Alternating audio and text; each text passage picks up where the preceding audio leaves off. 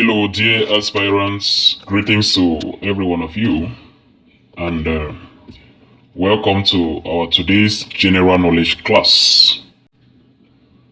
I am Sir Godwill Yakum, and today we're going to be looking at a very vital topic for your public concours. We're going to be discussing on the topic human rights and public freedoms, and this topic is very important. When it comes to your concours, this topic is very vital, sophisticated for your public concours. And therefore, I'll urge you to try your best to understand all what I'll be saying into this lesson. Not just that, also feel free to ask questions on what you don't understand. And then at the end of the lesson, I've provided 5 past concours questions that are relating to this topic, and then I would like you to answer them, or you produce their plan, send it to us for correction. Let's get started with the topic human rights and public liberties. Like I said, this topic is very vital when it comes to ENAM, NASLA, EMIA, ERIC, and other public concours.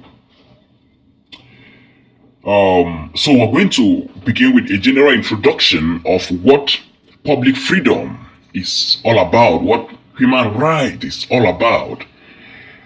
We're going to discuss the notion of human right and public freedom. And of course, we're going to look at the difference that exists between human rights and public freedom. Some school of thought hold that there is no difference between human rights and public freedom or public liberty. But I would like you to know that there exists a very thin difference between human right and public freedom. And we are going to, in this lesson, we are going to come out with that difference that exists between human right and public freedom. We'll discuss their notion, and then we're going to look at the protection of this human right and public freedom in Cameroon. So, in looking at the protection of human rights in Cameroon and public freedom in Cameroon, we're going to discuss the national protection. Human rights and public liberties are protected in Cameroon at a national level by the administration and by administrative institutions. And then internationally, we have judicial protection and non-judicial protection. So this is the program for our today's class. So shall we begin with a general introduction? I would like you to know the very first thing that, the very first question that needs to be answered here is, what is human right and what are public freedoms?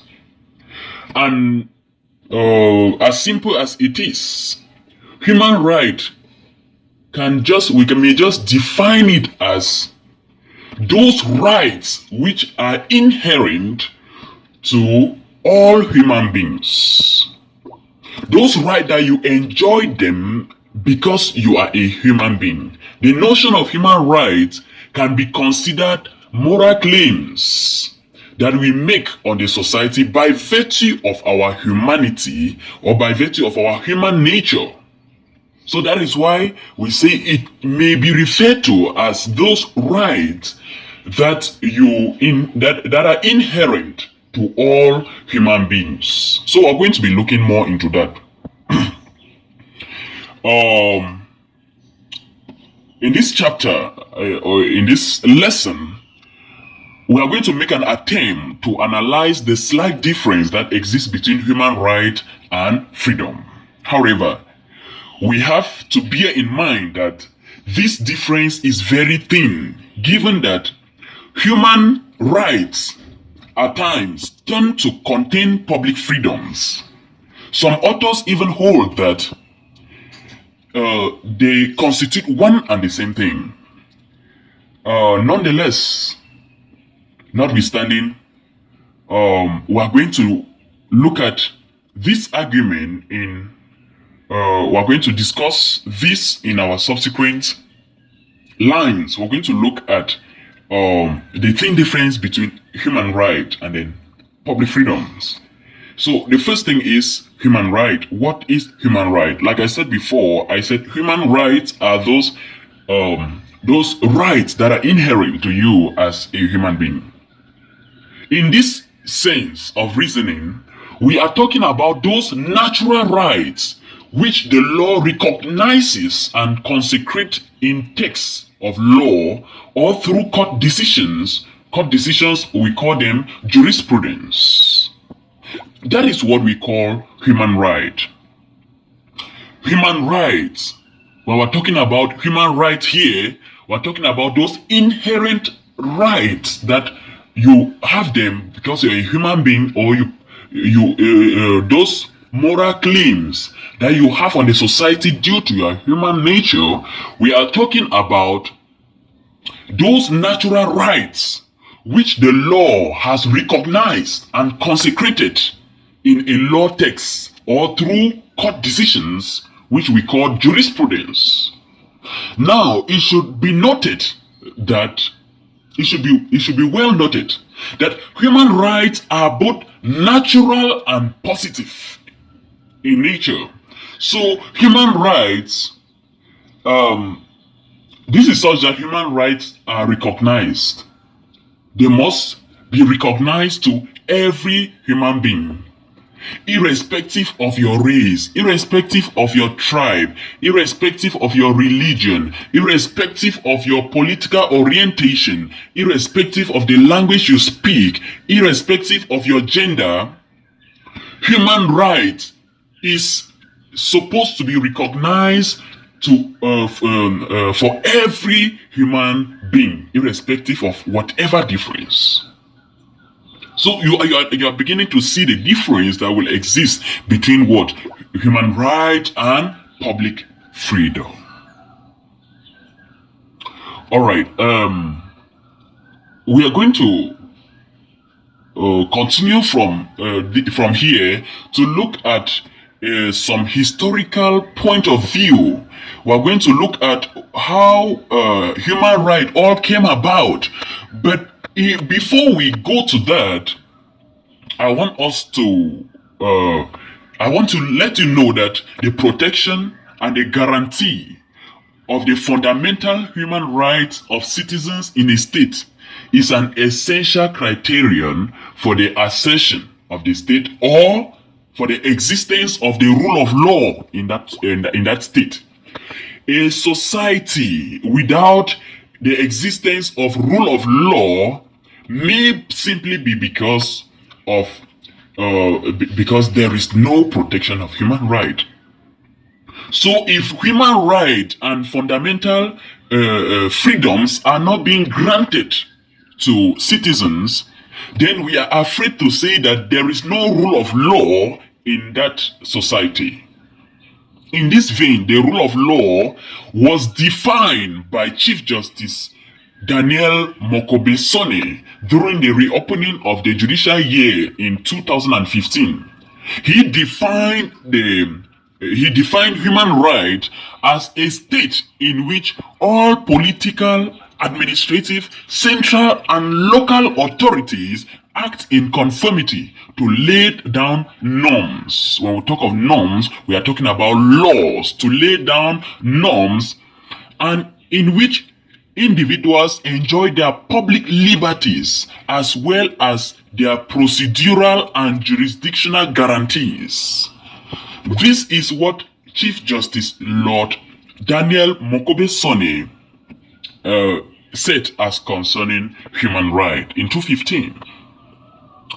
That is why Jacques Chevalier affirms that a state of law is not a state with any kind of laws. If you have laws, and among those laws, there are no laws that protect human rights and freedoms, then that state is not being governed by law. That is what Jacques Chevalier said. He affirmed about human right. Given that the state that has any kind of law must have good law capable of ensuring the aforementioned rights and privileges of citizens. So now we are going to look at the historical we are going to look at it in a historical point of view, the origin of human rights.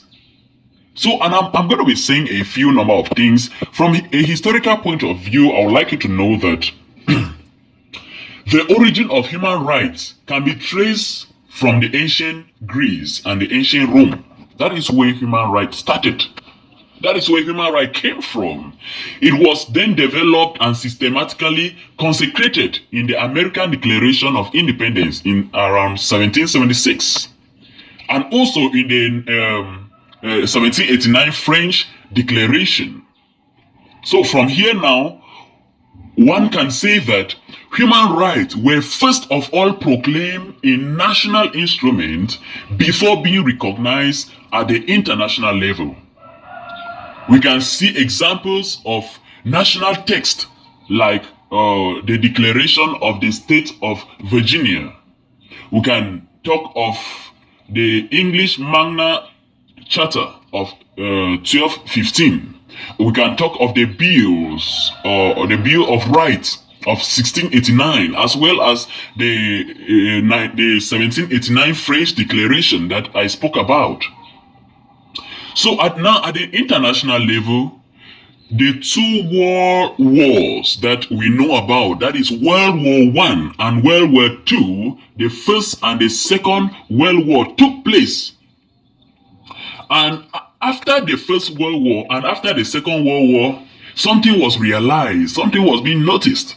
What was noticed was the animalistic side of man. The animalistic side of man was exposed. That is to say, man was seen like, an animal. Okay? And for this reason, at the end of the Second World War, the victorious state deemed it necessary to make an international proclamation of rights. Now, this laid down international proclamation of rights was known as the UDHR, the Universal Declaration of Human and People's Rights, published on the 10th of December 1948. This Universal Declaration of Human and People's Rights, it had the ambition to make peace, justice, liberty, and human dignity in the world of reign. So in this line, we will not go without looking at what Article 1 of the Universal Declaration of Human and People's Rights says. Article 1 affirms that all human beings are born free and equal in rights and dignity. So despite your race, despite your tribe, despite your gender, despite the language you speak, despite your culture and tradition, despite your political stand, you are born equal. You are born equal and free. You are born free and equal in the term of right and dignity. So Article 1 of the Universal Declaration of Human Rights, it declares that all human beings are born free and equal in rights and dignity. So this text actually makes a list of the rights and liberties that every human being must be aware that he or she has. You should know, I have the right to this, I have the right for, I have the right, I have this right, I have this right, I have this right, I have this right. They are your rights. Okay? So now, we are still talking about right before we go to freedoms. And we're also going to look at freedom. But now, before we proceed, because I would like you to know the various national and international law texts that are governing human rights. You cannot be writing a NAM without knowing this. You cannot be writing NASLA without knowing this. You cannot go and sit in a hall that you want to write a MIA without knowing this. Now, The first thing I would like you to know about the Universal Declaration of Human Rights is that this law, this text, it makes a list of the rights and liberties that every human being must be aware that he or she has. That's one thing you must know. All your rights and liberties, you need to be aware. You need to know that I have this right, I have this freedom. And then another thing now I want you to also know about the Universal Declaration of Human Rights is the fact that this Universal Declaration of Human Rights, it lacks the pacta sunt servanda. What do I mean by pacta sunt servanda? It lacks the binding character. That text is not binding. It means that there is, with the Universal Declaration of Human Rights, there are choices. Okay? It lacks the pacta sunt servanda. I think I should have it around here. So the Universal Declaration of Human Rights lacks the pacta sunt servanda. It lacks the binding character. All right. That's it. All right. So since the Universal Declaration of Human Rights, it lacks the binding character, it was then, after some time, it was now being consecrated. In December 1966, the Universal Declaration of Human Rights was consecrated by the International Covenant on Civil and Political Rights, and also by the International Covenant on Economic, Social, and Cultural Rights.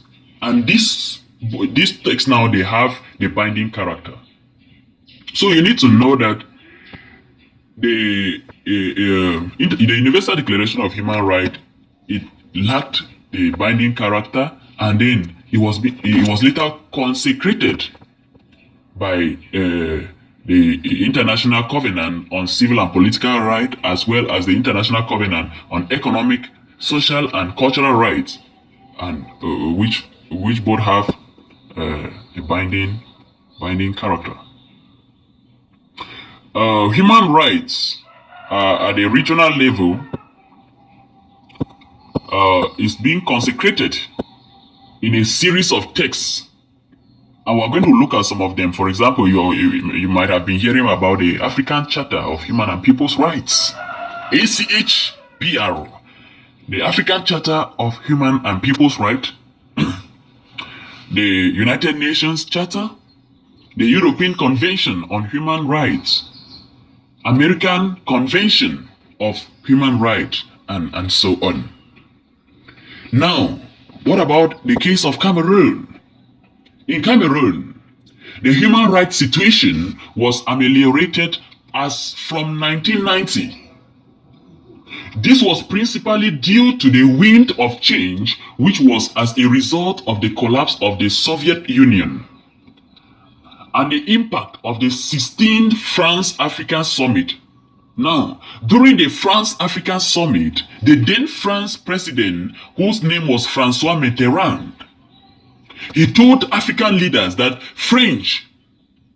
that France will help, is going to offer aids, that is help, and other guarantees of human rights, and is going to grant help, financial assistance, and other guarantees only to those countries where human rights are being respected. So now, human rights must be respected. The respect of human rights, the promotion and the guarantee of human rights and democracy must be effective.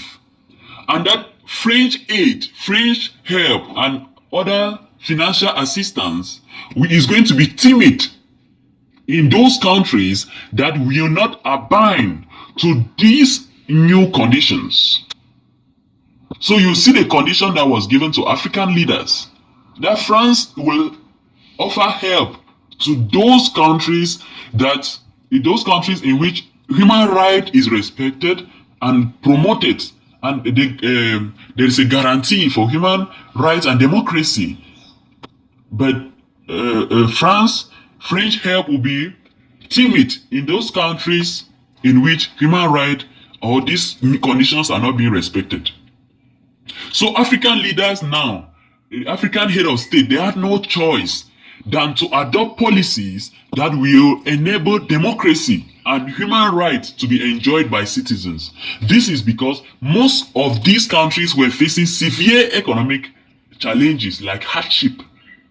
And in a bid to abide to the above mentioned rules, a series of laws were adopted, such as the 1990 Liberty Laws that you know about, 18 January 1996.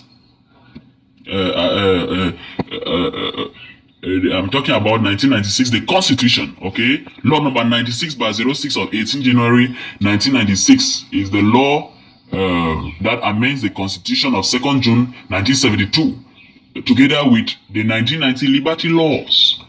So, sometimes you are talking about the amendment of the Constitution and you don't really know why was this Constitution amended. This is one of the reasons.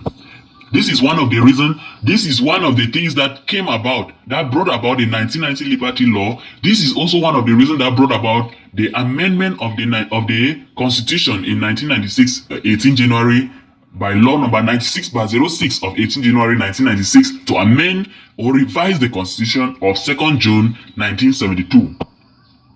I also want you to note that in the Constitution in the 1996 Constitution, the human right will be enshrined or imputed in the preamble.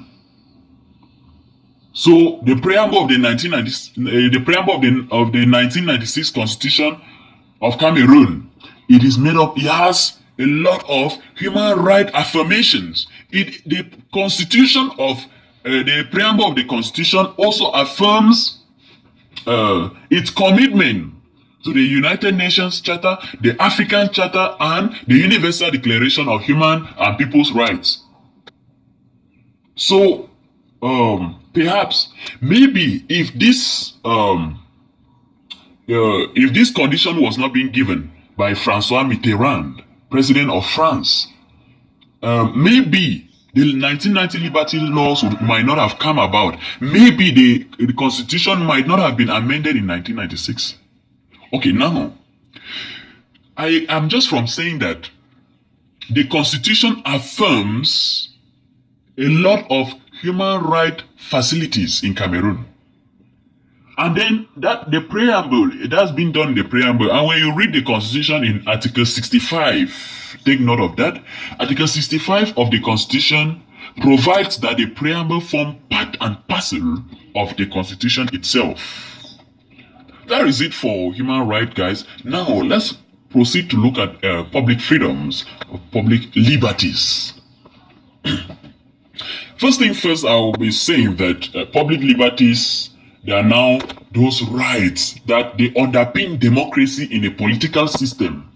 For a state to be considered as democratic, as a democratic state, public liberty must not only be provided by the legal instrument in force, but they must also be respected and protected so as to facilitate the emancipation of citizens. These public freedoms I'm talking about, they are being protected by a judge. This was explained by Chief Lord Justice Alexis de Pandamuele during the official reopening of the judicial year of the 23rd of February 2012. When he said that if a judge fails in protecting fundamental freedoms, it means he has failed in everything despite the obstacle and means. Let's go to that.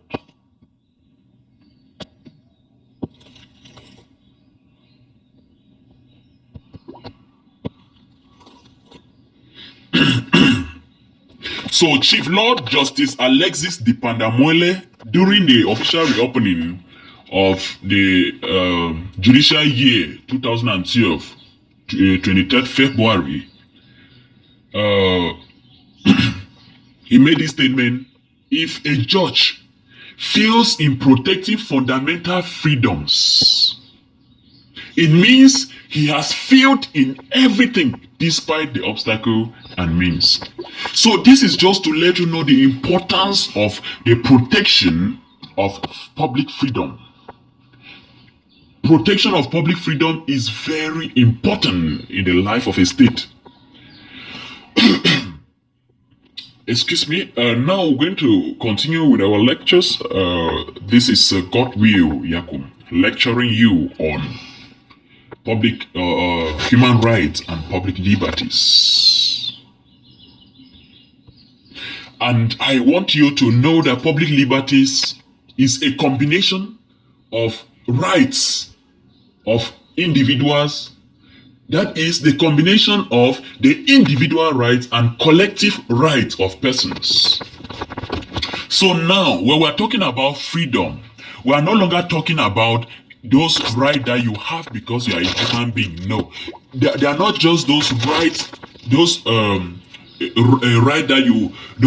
rights that are inherent. That is no longer the case. All right, so ladies and gentlemen, that is the very thin difference, like I told you before, the very thin difference that exists between human rights and freedom. I'm going to use some examples to explain, okay? For example, human rights have, all human beings, you have the right to live, the protection from arbitrary deprivation of life. You are being protected because you have the right to live, you have the right to life. You have the right to education. That is why when you give birth to a child and you don't send a child to school, you are violating that child's right to education. You have the right to health care. You have the right to equality. Equality is a right. Now let's look at freedom. You have the freedom of expression. That is a freedom now. It's no more a right. It's a freedom. You have this freedom of, we used to say freedom of speech. So now, when we say you have the freedom of speech, it does not mean that you have the right to talk. No, you are free to talk. That's what it means. So now, when you have the right, when you have right, you have to enjoy that right. But when you have freedom, you have the choice whether you are going to execute it or not. When we say you have the freedom of expression, if something happens and you want to express yourself, fine and good. But if you don't want to express yourself, fine and good. You have the freedom of association, freedom of assembly. You are free to belong to any assembly so long as it's of public utility. You can belong to any church you want. You can belong to any NGO, any organization, any charity organization, any organization, your village meeting. You are free. You are free to. Those ones we call them freedom. So that we say freedom of association, freedom of assembly, freedom of movement. The Constitution says that everyone shall be free to move about freely in the territory of the Republic. You are free. Go to Douala. Go to Douala. Go to Yaoundé. Go to the North region. If you have your transport, you are free to move about freely in the territory of the Republic. That is a freedom. So you see the difference that is between a right and freedom. But you now see that some rights constitute freedom. So that is why some school of thought hold that it is one and the same thing, but there is a thin difference, and this is why you keep on receiving questions in public concours relating to this topic. We say you have freedom of the press. In the Constitution, it's clear. You have freedom of the press. When we're talking of press, I believe you know what we're talking about. So you are free. You have freedom of the press, freedom to participate in the democratic life of your country. So the document that I mentioned some time ago, the Universal Declaration of Human Rights, it outlines your rights and freedom. Public liberty can be considered as a combination of collective and individual rights of persons that are guaranteed by the state through legislations. Now, Louis Favoreux, he referred to them as a body of benefits and guarantees that the constitutional order recognizes for everyone in relation to their interaction with public authorities, as well as all benefits and guarantees recognized by the international judicial order. According to Louis Favoreux, that is what he thinks public liberties mean. Ladies and gentlemen, this is Godwill Yakoma. We are looking at human rights and public liberties. And I said it's a very vital part in the preparation for your public exams, public concours. And therefore, you will have to endeavor, make necessary efforts to understand all that I am going to be saying. The notion of public liberty was first mentioned in the 1789 French Revolution. In Article 9 of the French Constitution of 1793, it was stated that the law must protect public and individual liberty against the oppression of those who rule. Please take note. That is what the French Constitution in its Article 9. The law must protect public and individual liberty against the oppression of those who rule. So, public liberties were further developed under the Third French Republic.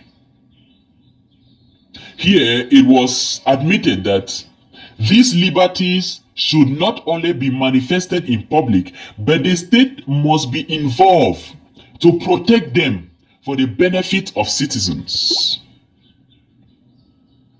Now, this was why am I talking about France? I'm going to mention it.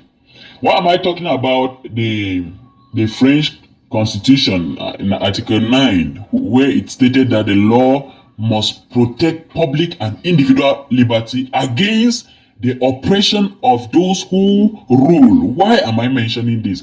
Because Cameroon, remember, Cameroon has once been a French colony. Cameroon was a mandate under French. It was given to France as a mandated territory and later on as a trust territory. So it means that this notion that I'm talking about, it was being applied in Cameroon, mutatis mutandis. What I mean by is that it was being applied word to word. It was being applied in Cameroon word to word. That's the meaning of that. Word to word. The same way applied in France, the same way it was applied in the Republic of Cameroon. So it became really effective with the adoption of the 1990 Liberty Laws, which replaced the existing government governing laws that were governing public liberties, such as the law number 66 by LF of 21st December 1966, and this law number 66 by LF by 18 of 21st of December 1966 on freedom of mass communication. And some innovations were made. Yes. Some innovations were made, such as law number 90 by 56 of 19 December 1990 governing political parties. Okay. That is it. When we're talking about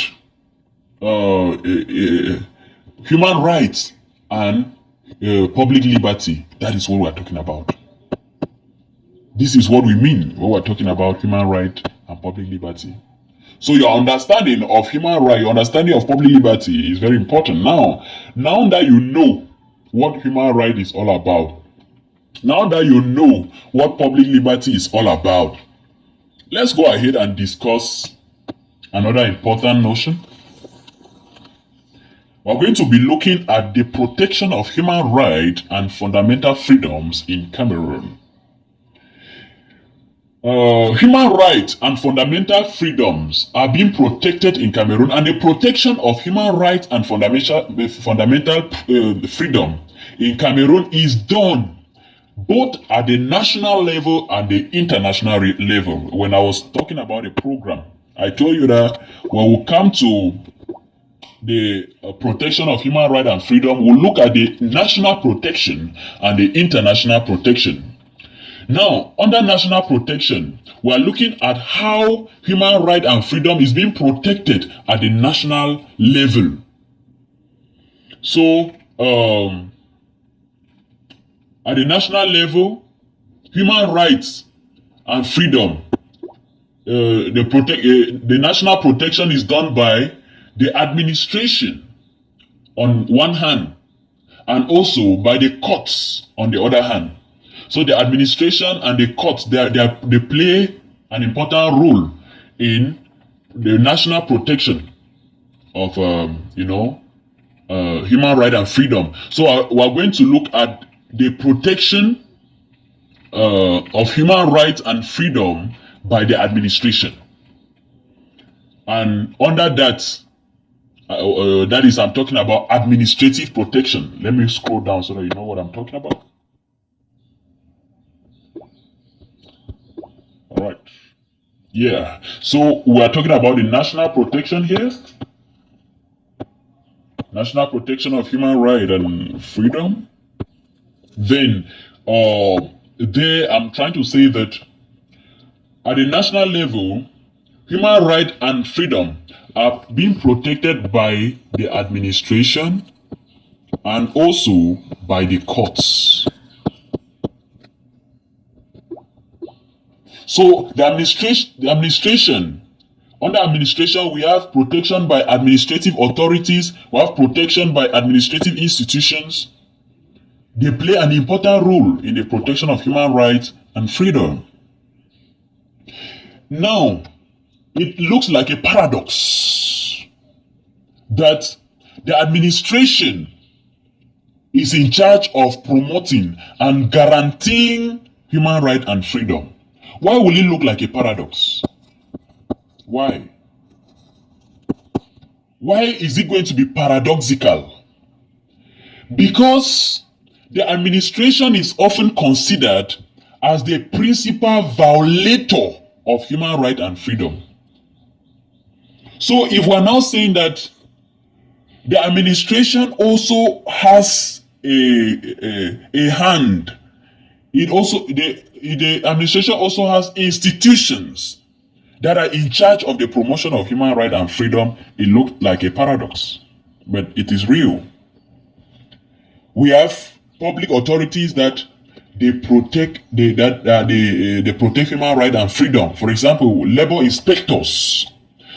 According to the Labor Code, in its section 139 and section 140, the Cameroon Labor Code is section 139 and 140. The inspector is an administrator whose role is to resolve dispute between the employer and the employee.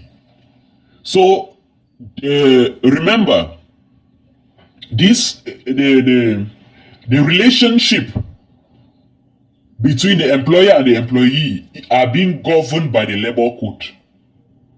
So the role of the inspector is to resolve dispute between the employer and the employee according to section 139 and section 140 of the Labor Code. Other administrative authorities like the President of the Republic, the Prime Minister, Ministers of State, Minister Delegate, Governors, Senior Divisional Officers, DOs, and all other administrative authorities, they also play an important role in the protection of human right and freedom. I'll tell you how. So, how do they protect human right and freedom? I'm going to be telling you that. Remember, if you are the president of the republic, if you are the head of government, a prime minister, if you are the minister, if you are a governor, if you are a DO, if you are a traditional ruler, if you, no matter the position of leadership that you hold, you are managing public structures, and under you, you have subordinates. So these structures, those under you, those under your leadership, they are there while applying the laws and the regulations in force. So now you, who is the leader, you who is the administrator, you who is the authority, in the course of your management, you may carry out some acts or omissions that cause grief to the administered or to your subordinates. So, this is going to lead to administrative litigation before the administrative courts. I would like you to know that the administrative court receive matters that relates between where the state is a party. So that's where the administrative court comes in. So if you are a DO, you are a mayor, you are a DO, you are a governor, you are a prime minister, and so on. When you carry out, in the course of exercising your duty, your administrative rule or your management, in the course of doing that, you may cause prejudice to someone. In the course of doing the rightful thing that you are supposed to do, in the course of carrying out your management duty, you carry out some acts or some omissions that cause grief to the people you are administering. Now, before this litigation takes place, the administrator must first be seized through a pre-litigation complaint. During this time, the administered will indicate the prejudice suffered and then pray the administrator to withdraw his act or to pay damages as the result of the prejudice that the administered has suffered. So now, this pre-litigation complaint that we're talking about, it has to do with three principal functions. The first function is to inform the administration about the existence of a dispute. And the second is to get permits to conciliate the administration and the administered. And the last is to justify the seizure of the competent administrative courts. So the administered is now going to seize the competent administrative court to look into that matter.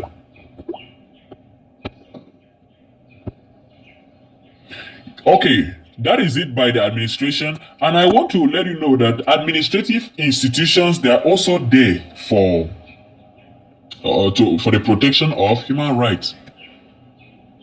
So when I'm talking about administrative institutions, I'm talking about institutions like the the National Communication Council, institutions like ELECAM, institutions of administrative character that are out to protect human rights and freedom. And when we're talking about such institution, the very first institution of administrative character that protects human rights and freedom is the National Commission of Human Rights and Freedoms in Cameroon. So it is the main institution in charge of the protection of human rights in Cameroon. This institution, it sensitizes the public about the need to respect human rights and freedom, and also it receives complaints about the violation of human rights, and it punishes um, people that violate human rights, fundamental human rights and freedoms.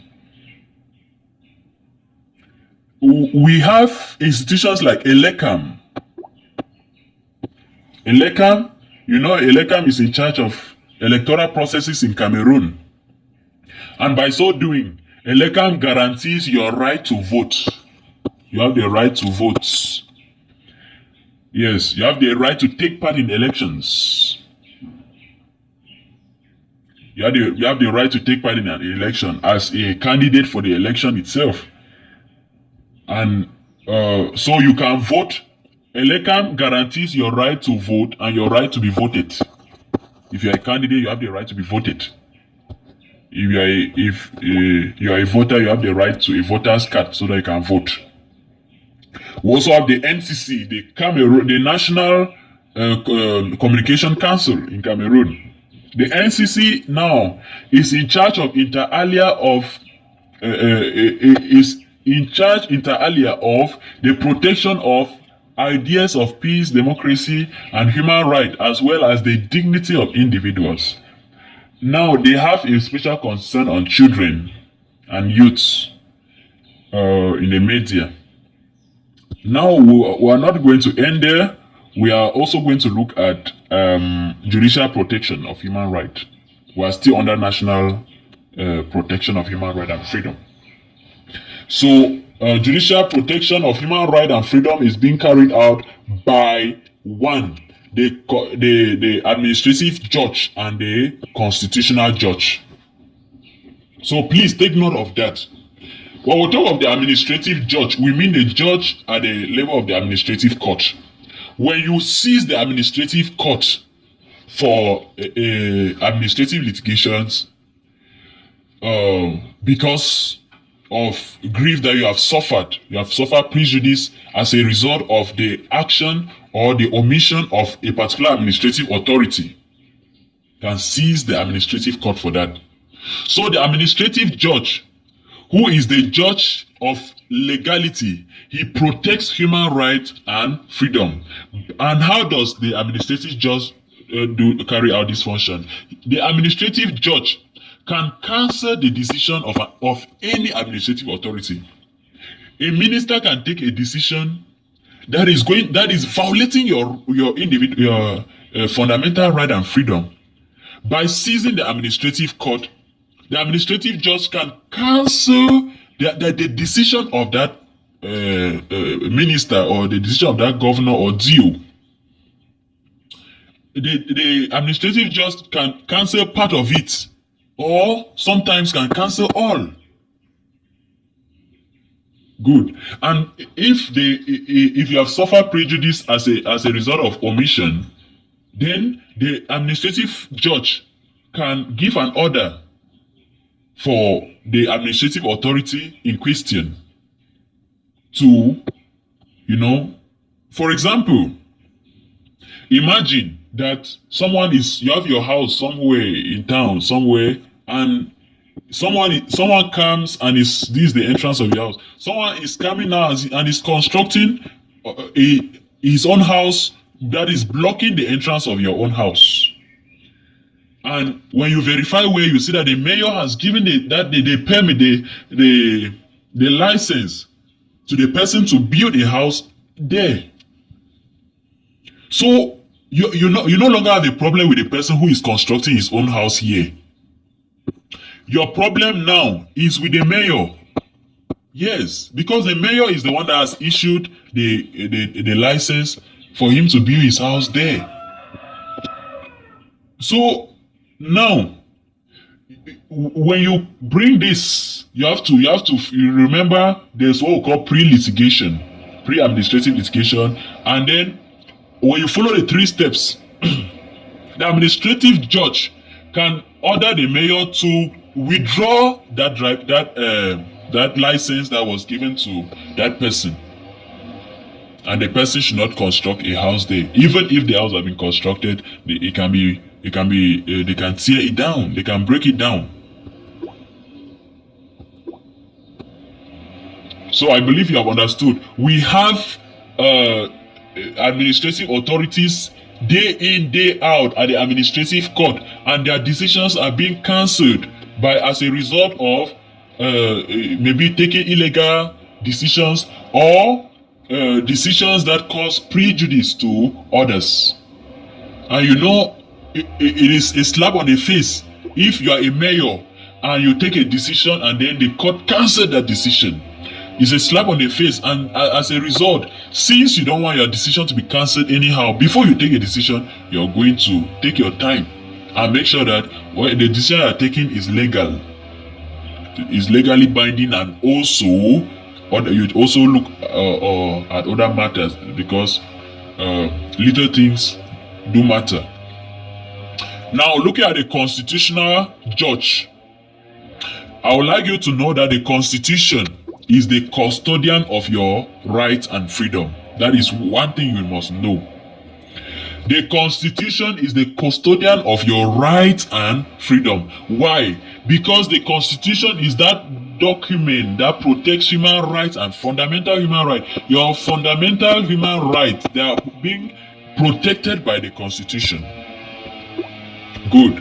So, the rights that everyone enjoy in Cameroon are contained in the preamble of the Constitution. And Article 65 of the Constitution affirms that this preamble forms part and parcel of the Constitution itself. Also, the preamble of the Constitution goes ahead to affirm its commitment to the United Nations Charter, African Charter, and the Universal Declaration of Human Rights, and all duly ratified treaties relating to the human right, fundamental human rights and freedom.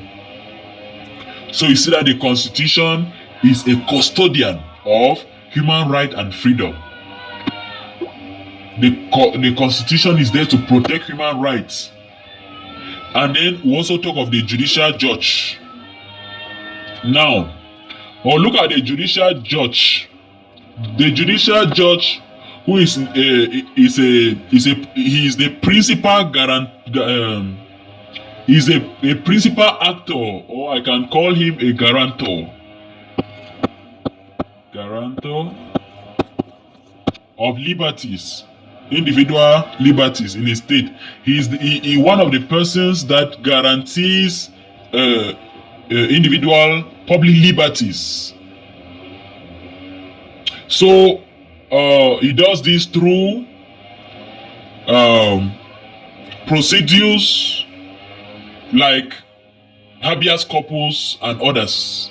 So the judicial judge also plays an important role in the protection of human rights and freedom. Also plays an important role in the protection of human rights and freedom. In the course of trial, they make sure that your rights are being protected, even as a criminal, even as a criminal. So now, ladies and gentlemen, we are going now to look at another section, which is going to be international protection of human rights and freedom. At the international level, we are going to categorize it under judicial and non-judicial protection of human rights and freedom. Now, those non-judicial protection of human rights and freedom, they are protection of human rights and freedom by organizations, by international organizations. We know about the United Nations, we know about the African Union, we know about the European Union, we know about other international organizations that protect human rights and freedom, and they are not judicial institution. So they are not judicial institution in nature. So these are non-judicial protection of human right and public liberties. These are institutions, international organizations that protect human rights and freedom. All right, that is not all. We also know that there are non-governmental organizations that exist. There are NGOs that exist at the international level. and they are also out to protect human right and freedom. For example, we have the Amnesty International. For example, we have Human Rights Watch. Believe you know about that. Then now we're going to look at the judicial protection of human right and freedom. Under judicial protection, we're going to now be looking at remember we're at the international level. You know about the African Court of Human Rights and even the International Criminal Court. So at the international level, we have these courts, that these international courts that are out to also protect human rights, of course, human right and freedom. So, ladies and gentlemen, we are gradually coming to the end of our today's lesson. So I'll be leaving you with some past questions. Yeah. So the first question is, are public order and public freedoms irreconcilable? The next question is,